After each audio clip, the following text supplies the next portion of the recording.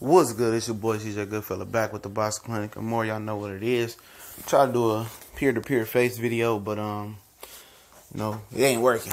The stupid old, updated the app I use, so I gotta get familiar with that. But definitely bring you the immediate reaction to Billy Joe Saunders versus David Lemieux. The video I did that was epic. Hopefully this can follow the trend and be epic as well. A lot of people. Let me say first, a lot of y'all don't know shit about boxing. They come on here. I'm not talking about my regulars or people who peep their head in. I'm talking about the people who told me that Billy Joe Saunders was a domestic UK bum and was a domestic level fighter. Now, domestic level fighters like Gary Cochran, Lima Wells, no disrespect to those guys, but those are UK domestic fighters.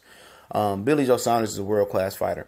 A lot of people don't know shit what they were talking about, And I told people, Billy Joe Saunders is the best defensive fighter. I said it 2 years ago. Best defensive fighter in the UK and one of the better defensive counterpuncher fighters in the world. A lot of you guys thought he was a regular white boy. He ain't that. That boy got skills. He's not awkward like Tyson Fury.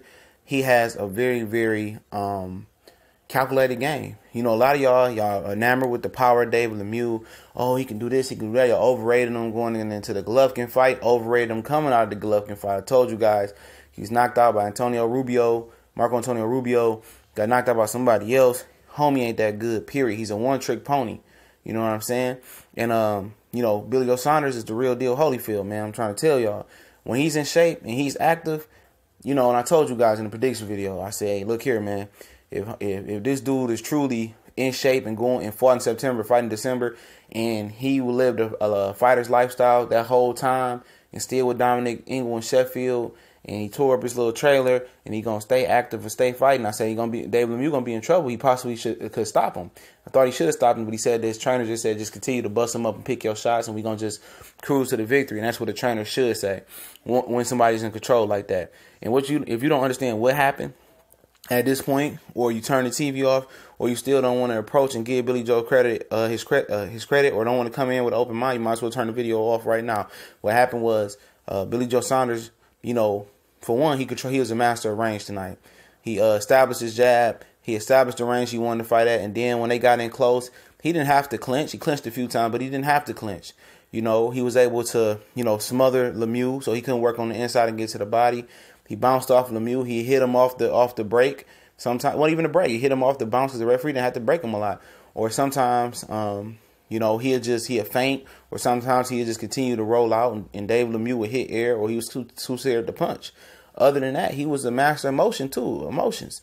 When I say he mastered the emotions, was the fact that he got a reaction out of David Lemieux for a lot of time. Even though when he didn't give you a reaction, he got a reaction out of it. He had feigned David Lemieux would cover up or put his hand up. He was fearful and he respected Billy Joe Saunders' power.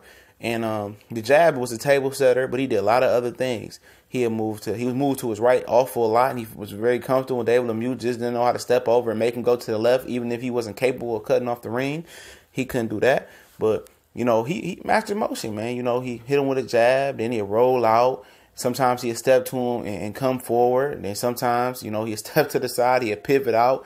He wouldn't even move back sometimes. Sometimes he just pivot off the rollout. And it was a beautiful thing. He was mastering range. He beat him up when he smothered him. He beat him off the break when the referee tried to break him a few times. He beat him at long range. He beat him at middle range. He beat him at close range. However you wanted, Billy Joe Saunders gave it to you tonight. If you can respect what he did tonight, then you just don't like him. If you can't respect the artist known as Billy Joe Saunders in the night. And David Lemieux, I told y'all he wasn't shit a long time ago when y'all was overrating him versus Golovkin. Told y'all he wasn't about that life. He's a good puncher. He's a limited brawler. He got good fluidity and hand speed in his hands for a big guy like that. But tonight, he didn't even have that fluidity in his hands. His combinations, he couldn't get off. And he looked ordinary. He's a vanilla fighter. Nothing new to me. Y'all overrated him. Y'all see somebody could punch and say, oh, he's the greatest puncher of all time. You know what I'm saying? And he couldn't slip a jab. He tried to move his head. His trainer was barking out orders that, asked him to do stuff that he can't do, like cut the ring off, like, have a sustained body attack to get close enough to slip a jab, to counter Billy Joe Saunders. He was asking him to do stuff that the dummy couldn't do. And I'm not saying he's dumb, but his game is dumb. He don't know nothing. And Billy Joe Saunders had to fight. I knew what type of trainer he had, and he knew what type of fighter he had in front of him. And it wasn't much, Beautiful boxing. You know, from round 1 to 12, beat the dog walking shit out of David Lemieux, like I told you guys. And like I said, we're gonna end the year with another great prediction. And that's what I did. You know, that's what we did here. I told you guys that Billy Joe Saunders was gonna do it. And for you guys that didn't believe it was real when he beat Chris Evans Jr., it was a fluke. For the guys that try to take it away from him beating Andy Lee, for all you guys that try to take it away from Billy Joe Saunders in my Roy Jones voice, you know, eat one, eat a big one. You know, because this dude is real. Now, if you want to know how I think he'll do against the other guys in the division, you start off with Jamal Charlo. I don't know. Jamal Charlo and Demetrius Andrade in the same boat. Charlo has never fought nobody on the level of Billy Joe Saunders and the skill level that man does have. But Charlo possesses a lot of skill. Charlo is one of the few middleweights that can match his physicality in there. And if you didn't notice, Billy Joe Saunders is bigger than one of the bigger middleweights in David Lemieux. He's towered over him. He was thicker than him in the back. He had bigger legs than him, it appeared. He was a bigger fighter. Charlo's one of the few guys that can match Billy Joe Saunders' physicality. But you talking about experience and fighting at a little bit higher level than Jamal Charlo, it would be Billy Joe Saunders. It would be an interesting fight, but I couldn't slightly favor nobody at that fight. I had to break down film, but if you put a gun in my head, I would slightly favor Jamal Charlo just for the simple fact that he trains with Erislandy Lara, and he has a similar style, not as offensive as Billy Joe Saunders, but he can speak that language. But it would not surprise me one bit if Billy Joe Saunders tapped that ass. Demetrius Andrade, if he get active, it's a 50-50 fight, and he can get back to his old self. I told you I used to be, you know, Andrade used to be my man, but he not active. He don't have the right mindset no more. I think he's mentally weak, and I think Billy Joe Saunders can get in his head just like he did with Willie Monroe as well. I would slightly favor Billy Joe Saunders just off the inactivity of Boo Boo. You know, also you want to go up to Danny Jacobs. 50-50 fight, and I'm explaining this why. If Danny Jacobs is the aggressor, he gets picked apart. And Billy Joe Saunders is able to walk him into shots. Like I told you in this fight, he's better when he's the counter-punching boxing Billy Joe Saunders. He's able to walk you into shots. If Danny Jacobs is less aggressive, he box and stick behind his jab, he has a good chance of scoring a knockout versus Billy Joe Saunders. But he also could get outboxed by Billy Joe Saunders as well. That's why I say it's a 50-50 fight.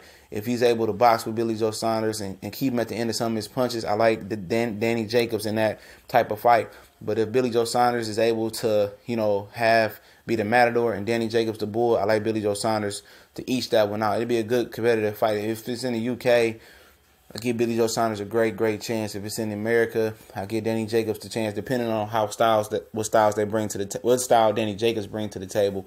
Canelo Alvarez, if Billy Joe Saunders fought like that tonight, he's in shape like that, and he's in the zone, I'm afraid to say that Billy Joe Saunders is the wrong style for Canelo Alvarez. Somebody with lead feet who can't cut the ring off. Billy Joe Saunders is longer, bigger, taller, stronger, and really can go to super middleweight and probably be effective as well.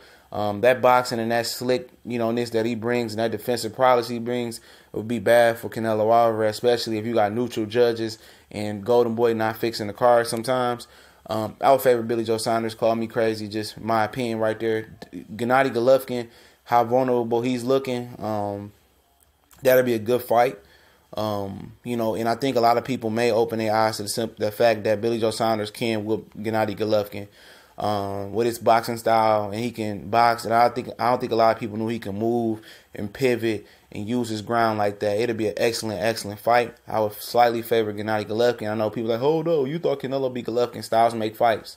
And come May 5th, I believe Canelo will be victorious again. I know he will have more to work with and more to adjust with and more tools in the bank to change what he did or build on what he did than Golovkin did. That's my opinion there.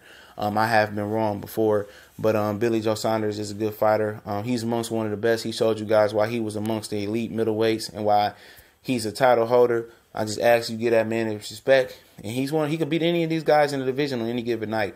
Real talk, and and I'm pretty sure that Canelo Triple G contract will be signed as soon as possible. They're not putting Canelo in there with Billy Joe Saunders at that point. I'm trying to tell you that's not going to happen next. He will be finding a Triple G contract because it won't be an in-house David Lemieux versus Canelo, Golden Boy versus Golden Boy fight. Billy Joe Saunders commands some respect. And that Canelo Triple G fight, see you guys in May. Cinco de Mayo, which falls on a Saturday. We will be chopping it up about that fight because they ain't putting Canelo in with Billy Joe Saunders. I bet pretty penny on that.